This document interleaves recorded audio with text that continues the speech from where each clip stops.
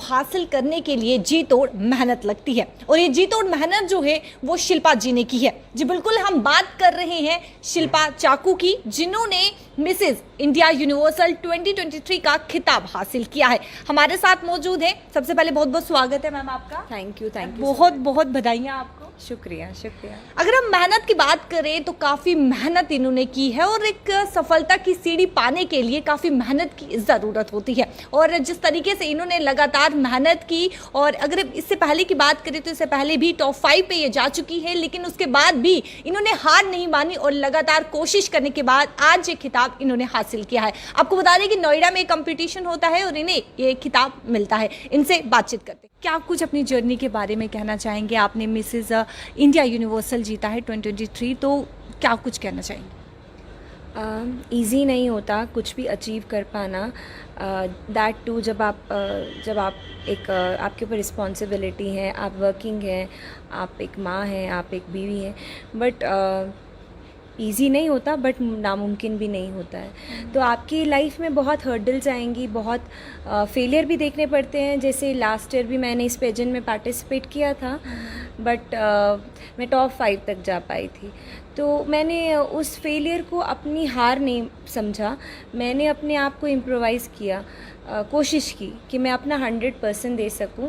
और इस बार मैंने जो कमियां मेरे में उस सीज़न में थी, वहाँ के बाकी सबसे जो मैंने एक्सपीरियंसेस लिए थे और ख़ुद को इम्प्रोवाइज़ करके मैंने इस सीज़न में फिर से पार्टिसिपेट किया।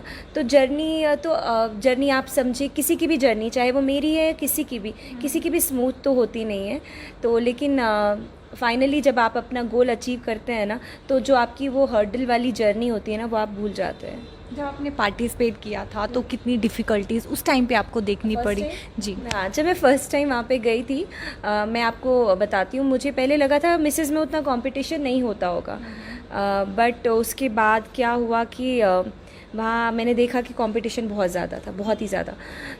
बट मैंने मतलब ऑब्वियसली मेरे को लगा कि मेरा चांस नहीं थे, क्योंकि जितनी भी वो लड़कियां थी ना, वो पूरे कॉन्फिडेंस के साथ, फुल तैयारी के साथ आई हुई थी, और मेरे में कोई उतना एक्सपीरियंस नहीं था इस चीज़ का। मैं इस फील्ड में ही नहीं हूँ बेसिकली।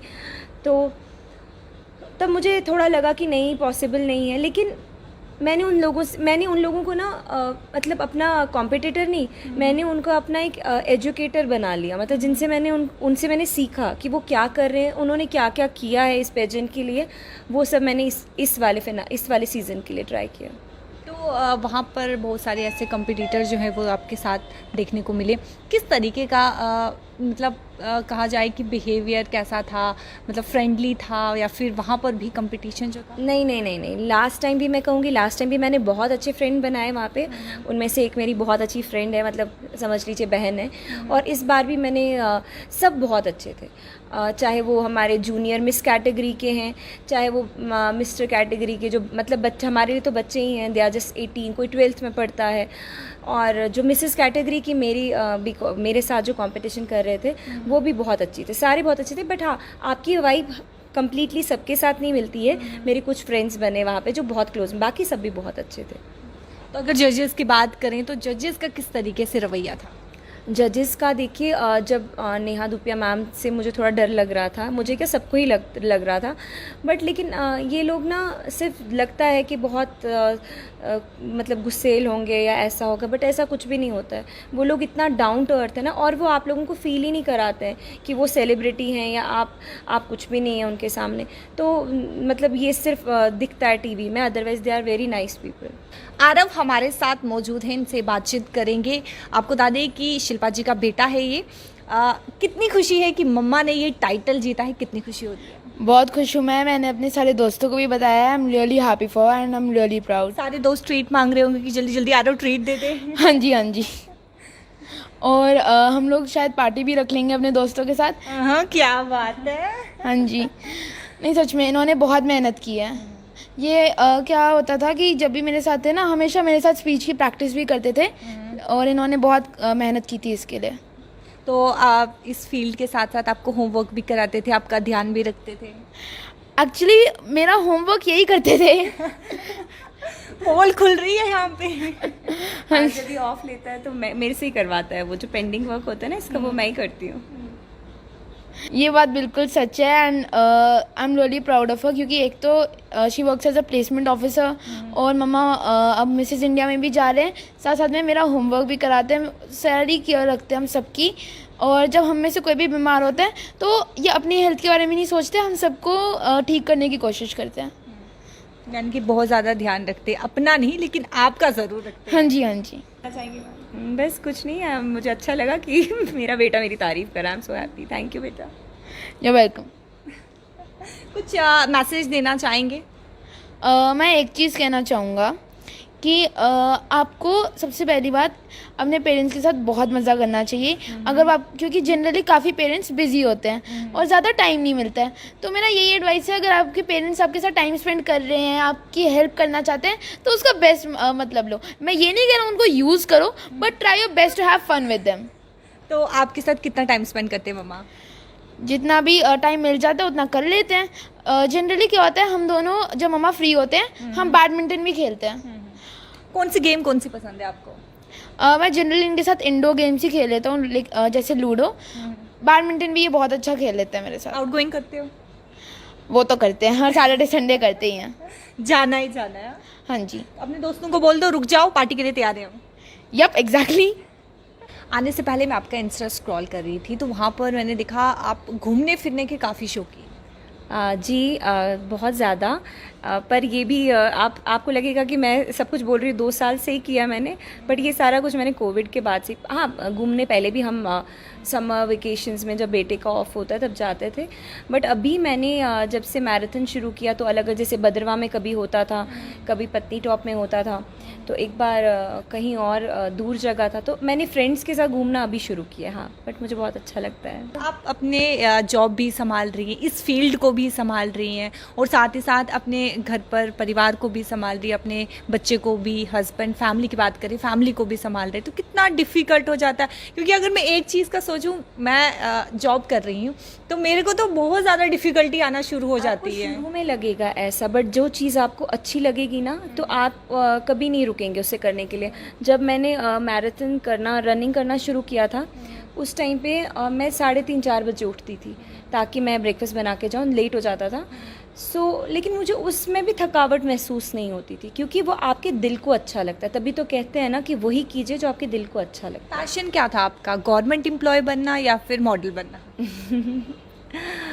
मेरा जो बेसिकली, जब मैं 12th स्टैंडर्ड में थी, मैं फ़ैशन डिज़ाइनर बनना चाहती थी, बट क्या होता है कि ये माइंड चेंज कैसे हो जाता है? मतलब बचपन में हम कुछ और सोचते हैं, फिर कुछ और। पता है क्या होता है एक्चुअली में, आपको फैमिली भी मतलब सब कुछ देखना पड़ता है।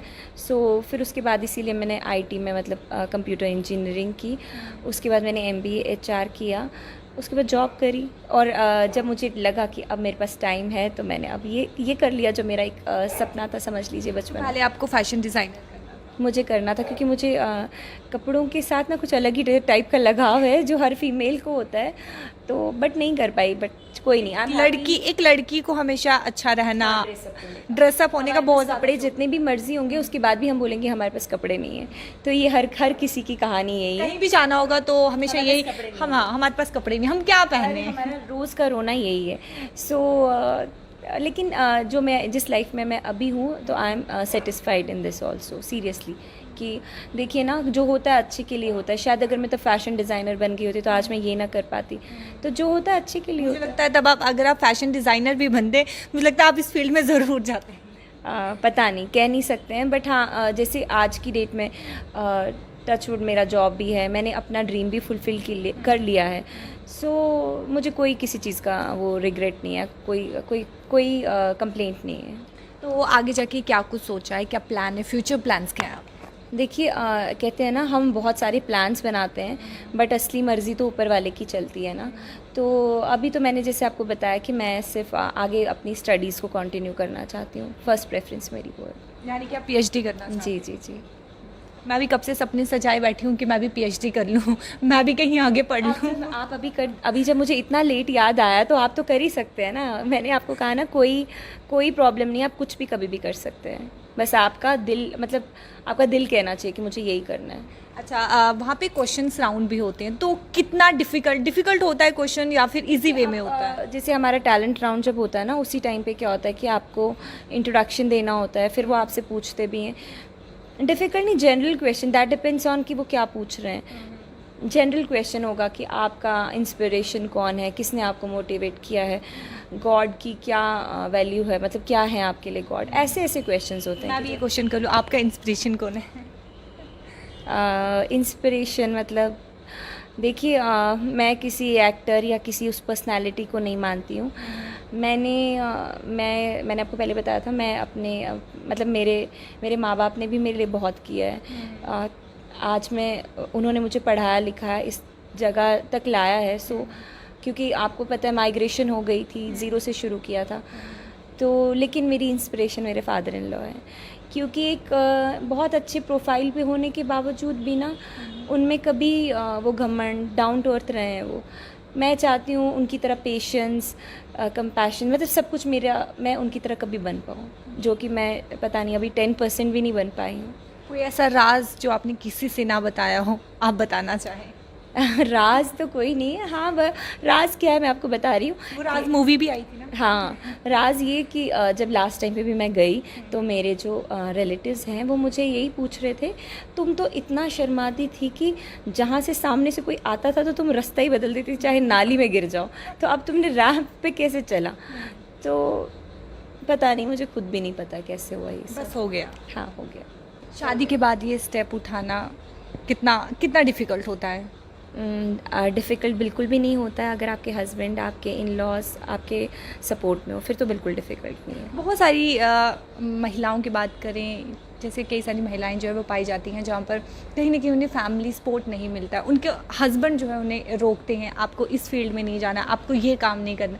उनके लिए स्पेशली क्या कुछ कहना चाहेंगे? क्योंकि मेरा ये पर्टिकुलर क्वेश्चन रहता है हर किसी से, अगर मैं कहीं भी मॉडल से किसी से भी मिलती हूँ तो पर्टिकुलर क्वेश्चन मेरा ज़रूर ही रहता है, क्योंकि मैं आमने सामने यहाँ पे कई बार देखने को मिलता है, कई बार मॉडल्स की बात करें या फिर किसी भी फील्ड की बात करें तो कहीं ना कहीं टोका टोकी जो है वो किसी न किसी फैमिली में ज़रूर देखने को मिलती है। तो उन्हें क्या कुछ कहना चाहिए? देखिए, जो मुझे लगता है ना, आजकल मेरे को लगता नहीं कि वैसे कोई ऐसा हस्बैंड होगा या फैमिली होगी, यूजुअली सारे सपोर्ट करते ही हैं।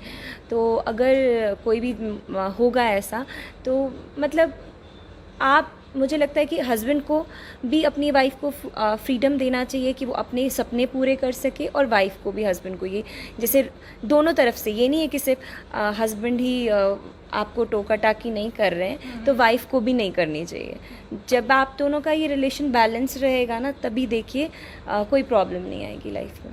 बहुत बहुत शुक्रिया। ये थे हमारे साथ शिल्पा जी, जिन्होंने टाइटल जीता है इंडिया यूनिवर्सल 2023 का, जो कि नोएडा में कंपटीशन होता है, और जिस तरीके से इनके फ्यूचर प्लान से है कि अपनी स्टडी को ये आगे बढ़ाएं, यानी कि इनके नाम पर जो है वो आगे डॉक्टर ज़रूर लगे। हर किसी का सपना होता है ऊंचाई छूने का, सफलता पाने का, लेकिन उसके पीछे कड़ी मेहनत होती है, और ये कड़ी मेहनत जो है वो शिल्पा जी ने की है, जहाँ पर इन्होंने कोविड के टाइम का बताया कि किस तरीके से डिफ़िकल्टी जो है, सिचुएशंस जो है इनको सामना करना पड़ा, और कितनी डिफिकल्टी के बाद जो है वो इस मुकाम पर पहुंच पाई है और इस टाइटल को वो जीत पाई है। अपनी विशेष जो है कमेंट सेक्शन पर जरूर रखिएगा। फिलहाल मुझे दीजिए इजाजत, नमस्कार।